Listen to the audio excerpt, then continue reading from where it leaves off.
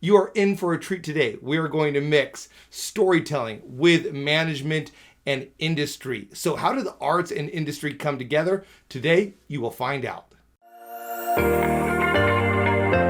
Welcome to Advance with Mike Acker, the podcast designed to help entrepreneurs, business leaders, and professionals alike break through barriers by improving their practical leadership skills and increasing confidence in speaking. Your host is a best-selling author, executive coach, and founder of the Advance Public Speaking School and Advantage Publishing Group, two companies dedicated to providing an edge for leaders. Find out more about Mike at mikeacker.com. Now here's your host, Mike Acker.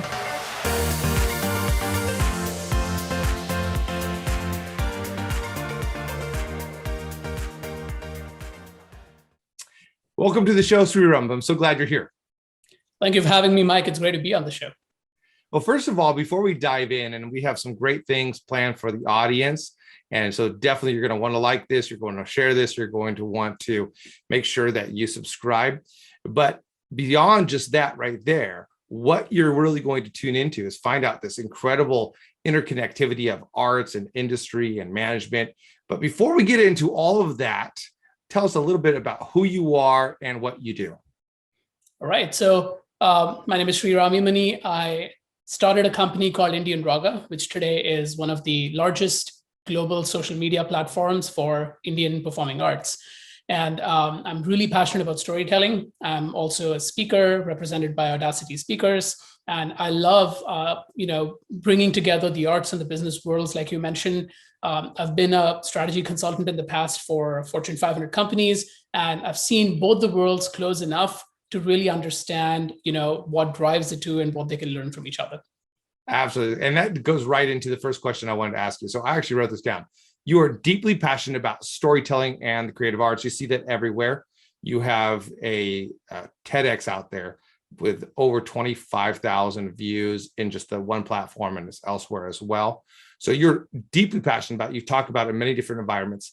Can you tell us why this is so powerful? Why are the arts so powerful? How did it grab a hold of you? Why is it meaningful to you and your professional life? That's like three questions in one. That's cool. When I look back upon my life, I feel like the skills that have been the most useful to me across all facets of life and the things that give me the greatest joy, I've learned all of those through my engagement with the performing arts from a very young age. So the first time I've been on stage, the first time I've had to conquer stage fear, the first time I've had to work in a team, the first time I've had to deal with subjective difference in opinion, the first time I've had to make a presentation, the first time I've had to sort of aim for perfection in something. All of these happened through, being in the music choir or learning how to sing and being on stage and really, learning all about 2 + 2 is not always 4. Like, you have to be able to improvise at the last minute. You have to be able to judge the vibe of the room and really leave room for interpretation, for improvisation, and so on. And I think that really kickstarted this passion or this, question as to why don't we put more emphasis on the arts? Because really, when we talk about, innovation today, or, something as simple as imagining a new solution that isn't there right now. What are the things you do in your life where you're imagining something that's not there? It's creative stuff, whether you're writing, whether you're painting, whether you're, choreographing, whether you're composing a piece of music, you are imagining something and bringing it to life from an empty canvas. And so that's why I think it's one of the most powerful skills. And I like to call it a skill. It's not just a passion or a hobby, it's a skill. It's soft skills that I think are critical for everybody in today's day and age. I think it's interesting. A lot of people wouldn't consider arts a skill. And as you said that, immediately what triggered to me was when I wrote my first book, it came out pretty well even before I went to content editing. And then I realized that I had been writing for years, writing speeches. And I didn't really think about it, but you're right, that art of writing is not just something, it's not just art to be enjoyed. It's a skill that you develop. And just quickly jumping in there, what I really started observing the most is that when you have an established practice, a protocol or a process or a formula, you call it a science. But when it's still new, upcoming, and where, there's different interpretations possible, you're still figuring it out, you call it an art. You hear often people saying, oh, that's an art and that's not science. that shows how powerful it is. Like things that still need to be discovered, things need to be innovated, things that are yet to come, they're all under the purview of arts. And that for me is really powerful about the creative arts. Inherent in just what you said, you made a distinction between the two. One's is innovative, one's not, locked down, and one's open to interpretation and preferences. Is there anything else that you want to expand upon the difference between arts and science? Well, I think that's the main thing. And it's really about just understanding that there is room for improvement, improvisation, creativity. And it's not just always about being on extreme ends of the spectrum. There's no just black or white or right or wrong. I think that's the main thing. But the second thing also is that it's really the arts that give us the human experience. And where you're dealing with, engaging with a multitude of people, a multitude of perspectives, a multitude of backgrounds. And, the importance of that, and this today, is so much more than before. All the conversations we're having about, inclusivity, diversity, and so on. And artists inherently are able to appreciate that because they've always learned to deal with, something that doesn't correspond or prescribe or conform. And to me, that is the other very big distinction I'd like to draw. It's not a distinction, but more about, something that the arts equip you to do really well.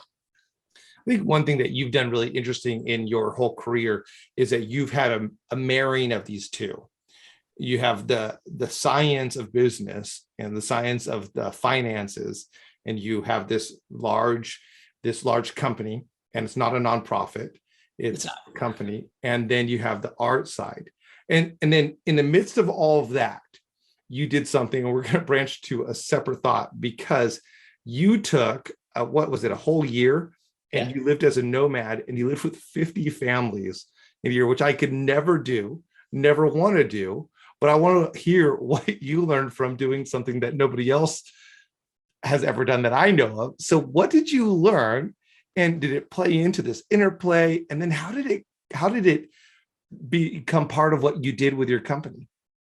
Absolutely. It's one of my most cherished experiences. So, in business school, I was at MIT for my MBA. And one of the things we kept talking about in market research is that people will give you answers, but they don't always know what they want. Or if there is a solution that is not yet out there, then they can't make that up for you. So you end up asking a lot of questions, but then you get pretty stereotypical, on the face responses. And oftentimes that's detrimental to innovation, because you're not really getting what they want, because they're just not able to express it. And so this idea that you have to learn about your customer, I'm talking very MBA stuff, although it's a very personal journey. I decided that when I'm starting Indian Raga, I don't want to go by the publicly available narrative or by what they would say, in a group discussion or like a focused interview. Like, what would anybody say about the arts? They'd say, oh, our arts need to be preserved. And, it's like the heritage of our forefathers, and we have to do everything possible to support it and nourish it and do all of that. But I decided on a whim to just go, and it just happened very organically because, you meet these beautiful people who all really, vibe with what you're wanting to do. And then it just one leads to another. And I found myself jumping, living out of a suitcase. And then you sit at their dinner tables and you have a conversation on the role of performing in creative arts in their lives. Like, why do they do it? How often do they do it? What's a primary intention or motive? But then you don't frame these as interview questions. You're just having a casual conversation while having a meal with them. And they just open up their hearts to you to really talk about what it is. And then you observe how a grandparent interacts with their child through music. And you understand that it's a continuity. It's something that generations can relate to each other. You see a parent interacting with the same child, and you see how the parent really wants the child to be able to put themselves out there and really express and be in touch with their deeper self. And you see an aunt, try and coach somebody on a choreography, and you see that it's got an element of fitness to it, and it's got an element of like agility to it, and it's an element of being able to be flexible, not just mentally, but also physically, or vice versa. And there's so much more, right? And that's when I realized that we do a disservice to the arts by simply putting them in under the umbrella of like they need to be preserved. The arts are so much more than that, and they give you a whole series of skills, and they equip you physically and mentally with so much more. Mm-hmm. And that's what I got from those 50 families who were hosting me. it also gave me a great perspective on, what globalization of culture really means today. What the role of, you have this extremely traditional art forms and stories from previous generations, and then you're exposed to the new narrative, be it through new musical genres or new stories, and the meeting point of the two and what that means. And we just put them in boxes like fusion, and we say, new age and whatever, but it's so much more than that. It's a way of really one generation talking to another. It's a way of expressing, it's a way of just being yourself and finding your identity. And all of that really informed all of the products we offer, if I may, at Indian Raga. And one of the reasons, hopefully, why it really resonated with a lot of people, because it was based not on, impersonal research, but it was based on just me actively having all of these conversations with these 50 beautiful families. So is it the market research that led to your decision to do it? Because I actually never asked you that question. How did you come up with the idea to do this? So the companies, I think, was already there in my mind always. Like even growing up, my mom tells me right now that I'd always say that, why is it that, young artists don't get that much promotion? So it's always like, the maestros, we go to a maestro concert, we don't put the same amount of like money into young people. And then I worked at the National Center for the Performing Arts in Mumbai, and I saw that, the maestro concerts, we put a whole bunch of marketing money in it. But then for the upcoming artists, they're like relegated to like the small auditoriums, and the tickets are free and all of that. I'm like, that's an imbalance right there. Those are the guys who need the promotion and the support. So this idea of starting something that, brings young people together to give them a voice was always there. I just didn't know what to do about it. And then when you come to MIT, you cannot help but become an entrepreneur. The goal when I came was not that, but thanks to some of the faculty at the Media Lab, thanks to all my classmates, thanks to a lot of people who really encouraged this idea that, hey, you know what, this should be your startup. Like, just go ahead and do it. What do you have to lose? So that really was the starting point. And then, I just built on that through this nomadic experience. So the company had already been formed. I just wanted to make sure I'm not, applying any cookie cutter formula, and I'm sort of like learning it from scratch.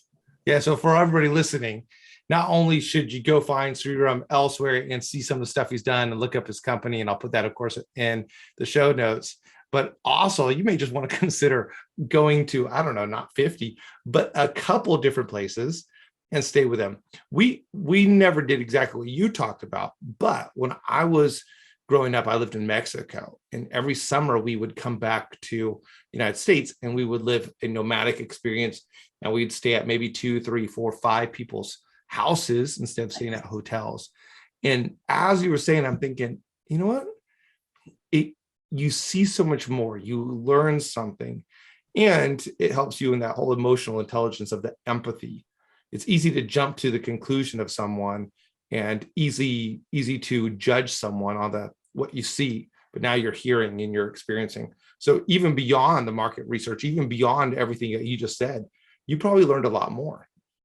Absolutely. And I could spend like a whole evening or like maybe a whole week talking about it, because it's such a personally nourishing experience. And then the conviction in doing something like this like builds so much more, just because, you just have that personal connection with all of these stories, all of these experiences, all of these, music stories written centuries ago. Like they continue like through word of mouth. I mean, it's this like unbroken chain, and you feel like you're part of something that's much larger than yourself. And so there's definitely that element to all of this. Love it. Now let's grab a hold of this idea of storytelling. So you're big into storytelling, big into creativity. You went into management consulting. So how did you see storytelling and the creativity, that whole aspect? Where did you see that play a role into that corporate America? You've had some huge clients. So where have you seen that play a role?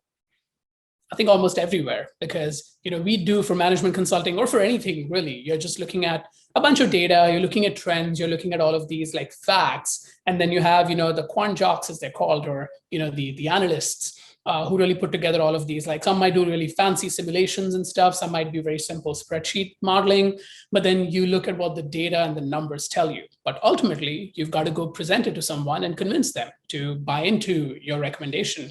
And that's where the performers get unleashed. And you see that the people who are usually asked to make the presentation are the ones who are able to feel the vibe in the room.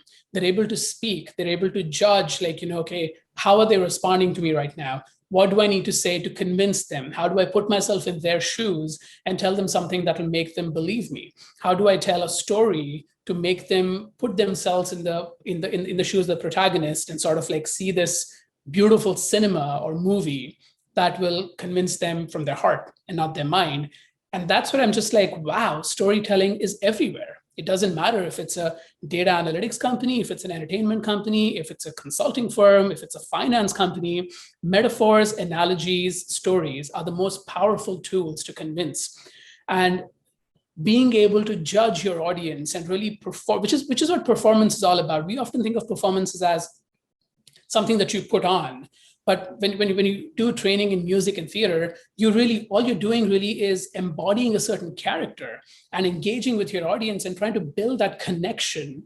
And that's what all of this is all about. And so to me, it was just beautiful that storytelling has room in every aspect of our lives. And that's the biggest thing I took back from it. And when you see that across management consulting, you see in Fortune 500 companies, you see it in boardrooms of entertainment companies, you see it in nonprofit worlds, everywhere. You just know that it's a tool that's worth putting your life and passion behind. So storytelling.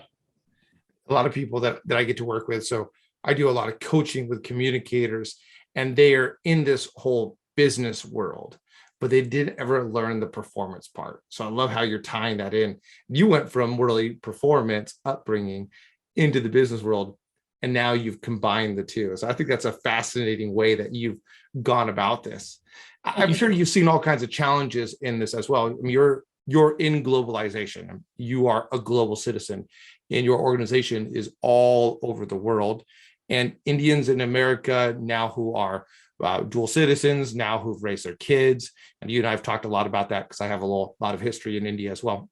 And so you have that experience there as well. So talk to us a little bit about the challenges that you see as a global citizen, as a person living in two cultures or maybe more cultures.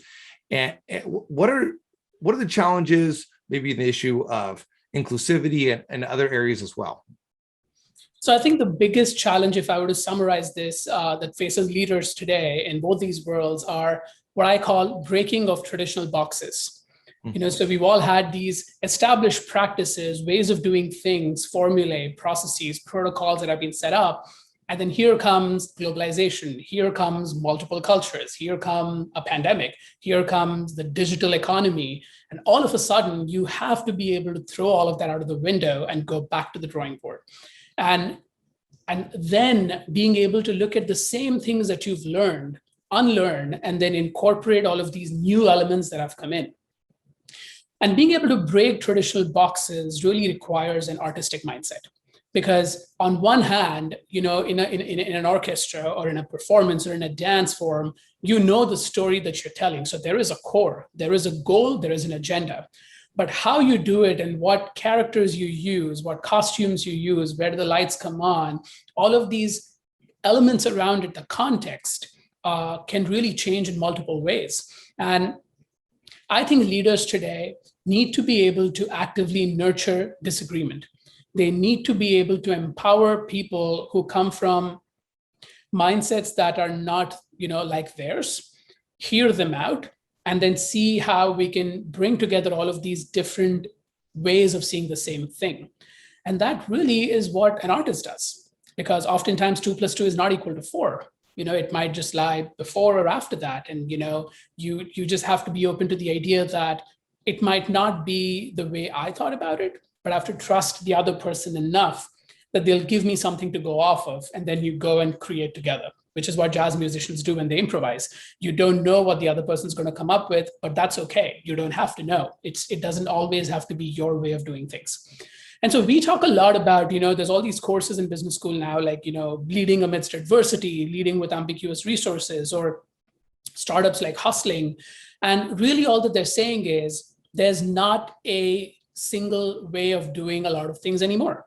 Like it's just a completely new world than before. And you just have to be open to all of these unique interpretations. So to me, that I think is the number one challenge. And then it takes various forms. It takes a form of how do you have a diverse and inclusive team on one hand, which is the team component. How do you have like digital meets traditional strategies and marketing, which is the marketing component? How do you have an operations team where you delegate leadership along the chain? You don't own every single thing because you just don't have the time. How do you do things remotely? So like the in-person versus like working remotely argument. And how do you think about short-term versus long-term strategy? So really all of these elements of leadership today are about breaking of traditional boxes. That's very interesting. Is there room for traditional boxes still? There is room for traditional boxes, just like there is a role and there always will be for history in our lives. And we often don't do it much because like you hate history as a child and you're like, why the hell am I memorizing all of these dates and historical events? But now I'm like, oh, I wish I knew how someone did this 20 years ago. Because wisdom and the experience and how someone does something with what they had can help you draw a parallel with what you can do today. So that's the role of the traditional boxes, that you understand what were the levers that they were pulling, or what were the insights that they had about how to do it then, and hence what's the analogy you can draw. So that's the first thing I think traditional boxes are important for. The second thing traditional boxes are important for is because sometimes you want to build on a body of work. And so for that, you need all of these individual boxes and components that you can draw from and get to a certain level. And then you build on top of that. So you need all of the innovation and creativity that came in from all of these individual boxes. So I think, they're always going to be very important. I think it's a very good distinction to make, that we're not saying get rid of something. Oh, no. Just saying, let's look at that. Let's re-examine it. Let's reinvent it. Let's build a better box. Yep. We don't have to tear it down. And if you can actually pull apart the box, you can learn how it got made, and then you can make something brand new. Fantastic. Very interesting ideas. So on that same area of globalization, we hit it there briefly on this Eastern and Western civilization, and you've worked in both of these. So what do you think that they can learn from one another? How do we bring these together? What do you think that right here, the audience listening here, mostly professionals, mostly people who are trying to break through barriers in their life, what do you think they can learn from the integration or the analyzation of those? So I think the Eastern countries, or if I could just say maybe developing economies, one of the things that sets them apart is how they've had to work with limited resources to achieve the same goals as some of the Western countries, for just like historical reasons for where they are today. And so India sent a satellite to Mars at like 1/10 of the cost of what the US did, right? And that's really because they just don't have the money. Like, what are you going to do? So you just had like necessity is the mother of invention. And so after the Industrial Revolution, what happened in England and the United States and like some of these countries, that's pretty much what's happening now. It's like a different kind of revolution, but it's still one that is driven by, hey, we really need to get this done. We have the hunger to grow, but we don't necessarily have all of these resources to do it like, in a relaxed way. So I think just those innovative ways of approaching these problems is the first thing that you can definitely learn. There's a lot of examples for how startups have used content marketing to go viral and scale, how startups have been very successful at doing marketing at a very, very low cost through non-traditional channels, of how you run operations and build certain industries using the digital economy much faster than traditional on-ground companies. And so there's all of this innovation that I think can definitely be learned. So that's the first thing I would say. So innovation and what we call hustling. There's a term called jugaad. So jugaad literally means like hustling or being scrappy like an entrepreneur and just kind of getting it done, right? So that is the first one. The second one really is again, I'm not an expert on chaos theory, but like some element of like how chaos theory works. So if you see anything from like how the traffic systems work or how conversations work in the South Asian context or just in the Asian context. I got to jump in right there because I grew up and I learned how to drive in Mexico. There you go. We had absolutely no no stoplights when I was growing up. Now there's stoplights everywhere, but the areas I grew up in. Then I went to India, spent some time over there, driving around, then Thailand and all these places. And then I found this out, and I was just amazed that there was no accents.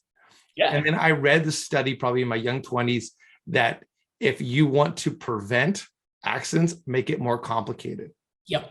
Make it more chaotic, because actually people slow down. So that's the moment you said that, I was like, oh gosh, that's where that fits in. So keep on going on chaos theory. I'm glad because, that's exactly what it is. Like when you look at the crowds in Mumbai that I grew up in, right? And you just like, the streets are packed. You don't have like the sidewalk to yourself, and you've got to weave in and out. And, you just find a path like through that like crazy thing. You don't get paralyzed and stop. You learn how to sort of like, twist your body as needed and just kind of like wade through the crowds, and it works out great. It's super efficient. So I think, and again, I don't mean to say we must all move toward that, because there is room obviously for actually having a process in place. And, that's why I decided to stay here. But I think there is something to be learned from, how that happens organically, and leaving room for that, that the thing that just happens viscerally, based on intuition. I think that's one of the biggest things I really value from that culture.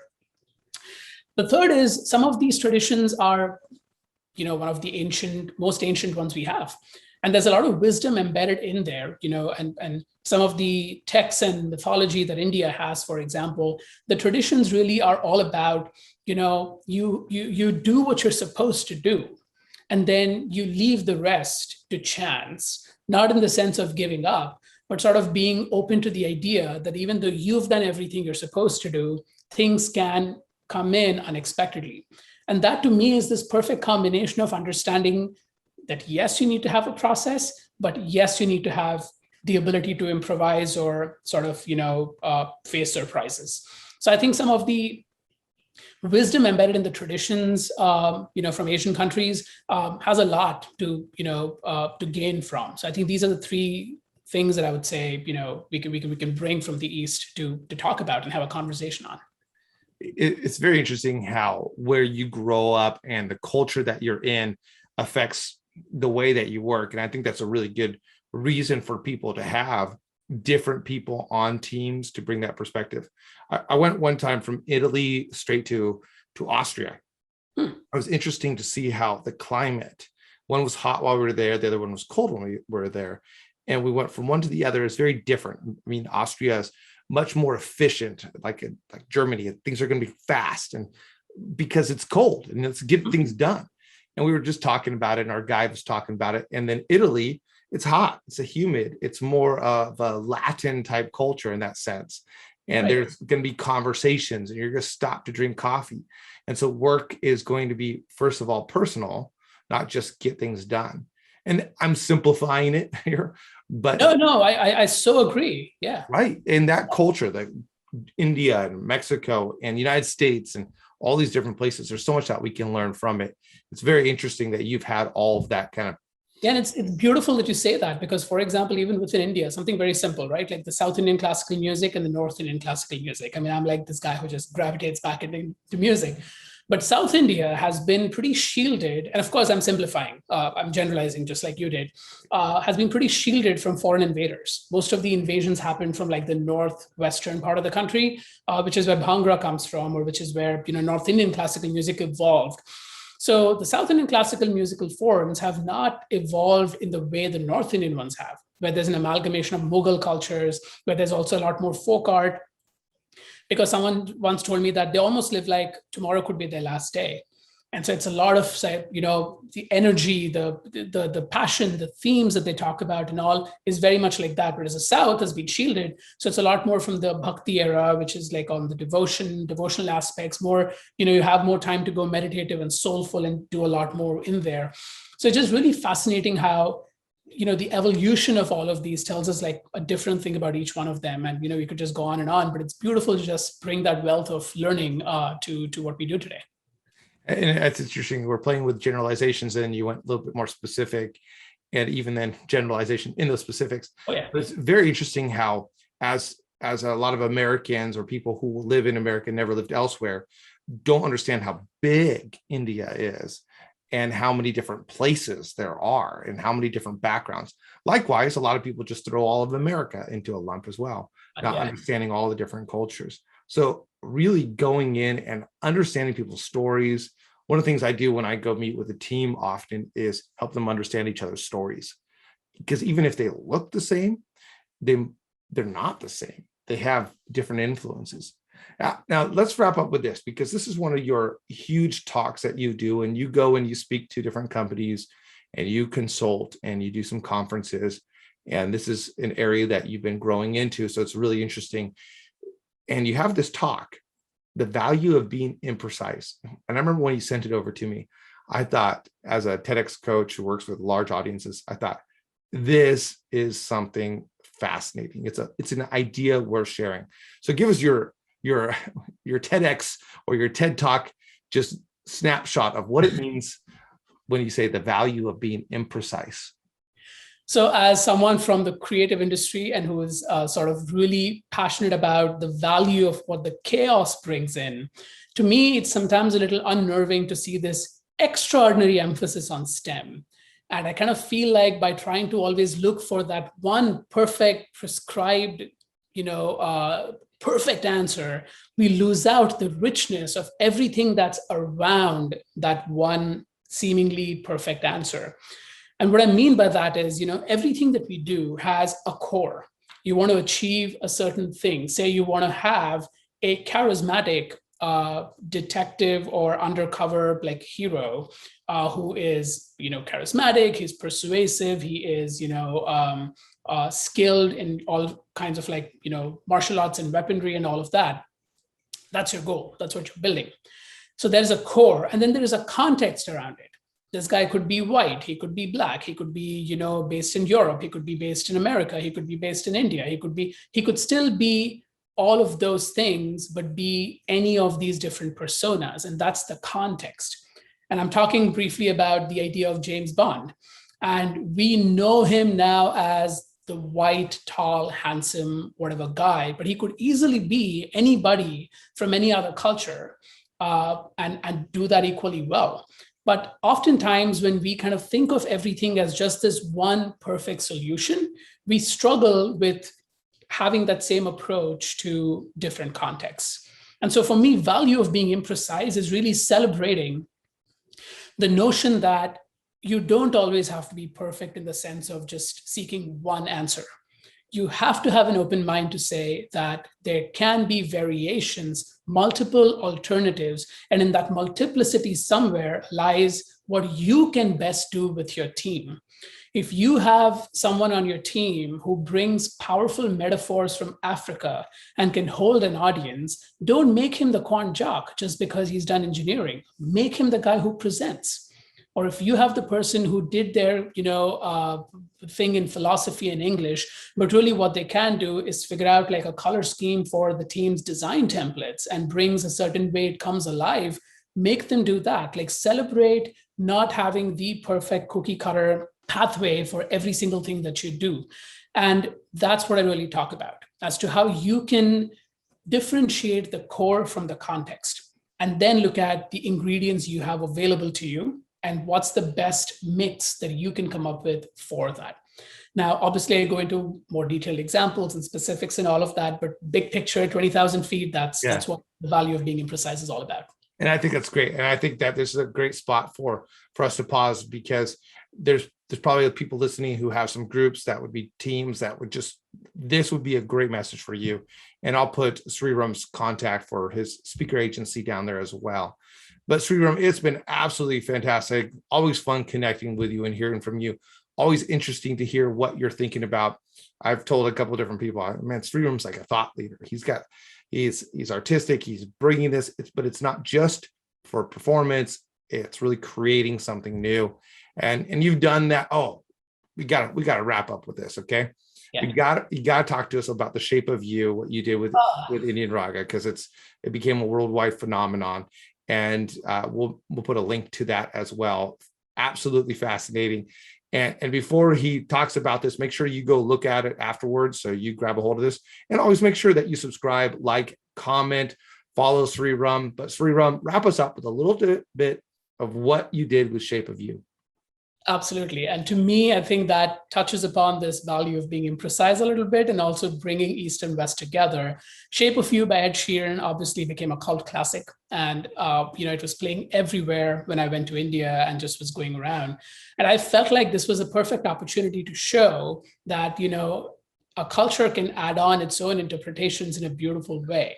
So that really was the genesis of saying that I want to show someone who does not know Carnatic music what Carnatic music is, not by showing them a traditional concert, but by taking something that they know and then wrapping our cultural context around that, which is the core versus the context.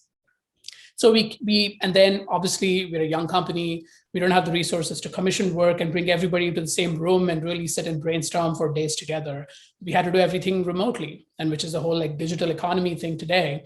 So from Minneapolis, Los Angeles, Boston, and Dubai, we got onto phone calls and then sent riffs to each other on GarageBand and just really brainstormed on Zoom calls and all of that to come up with, the musical piece. And then the video was done differently by each artist in different cities. They never met each other. So without ever meeting each other, we created this really catchy track that really shows, Indian Raga is all about making classical cool. So it gives them the ability to own their identity and take a piece of pop culture that they love and just do something really unique and interesting around that. And, we're just very honored that everybody loves that, both traditional and modern-minded people, both in India and abroad, and it's done really well for us. So thank you for bringing that up. It's a piece that's really close to my heart. And it's been viewed how many times? On YouTube right now, I think we're about to hit 13 million, but then if you count Facebook and Instagram and all the live performances and, Spotify and all of that, it's easily about 25, 30 million. Yeah, that's amazing. Well, Sriram, once again, thank you so much. Thanks for being a part of today. Thank you, Mike. Thank you for having me. Always a pleasure talking to you. And to all of our listeners, thank you so much for taking a moment to tune in, to check it out on the Advance with Mike Acker YouTube. Subscribe, like, share, and we'll see you next time.